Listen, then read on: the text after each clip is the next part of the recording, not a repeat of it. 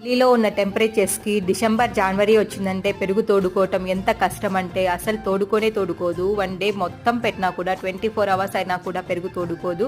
అందుకే నేను ఇలా చేస్తానన్నమాట. ఒక హాట్ బాక్స్ తీసుకొని అందులో సరిపోయే బౌల్ పెట్టుకొని కొంచెం గోరువెచ్చకన్నా కొంచెం వేడిగా ఉన్న పాలు వేసేసుకొని కొంచెం పెరుగుని అందులో వేసేసి ఒకసారి ఇలా మిక్స్ చేసేసుకొని లిడ్ని క్లోజ్ చేసేసుకొని సైడ్కి పెట్టేసుకుంటాను. పొద్దున్నే తోడేసేసుకుంటే రాత్రి కల్లా ఇది బాగా తోడుకుంటుందన్నమాట.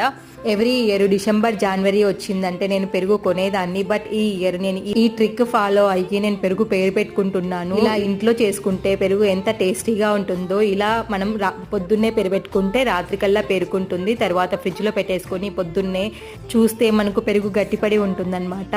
ఇలా గట్టిగా ఉన్న పెరుగుని వేడివేడి పరాటాస్లోకి జీలకర్ర పొడి వేసుకొని తింటే ఎంత టేస్టీగా ఉంటుందో.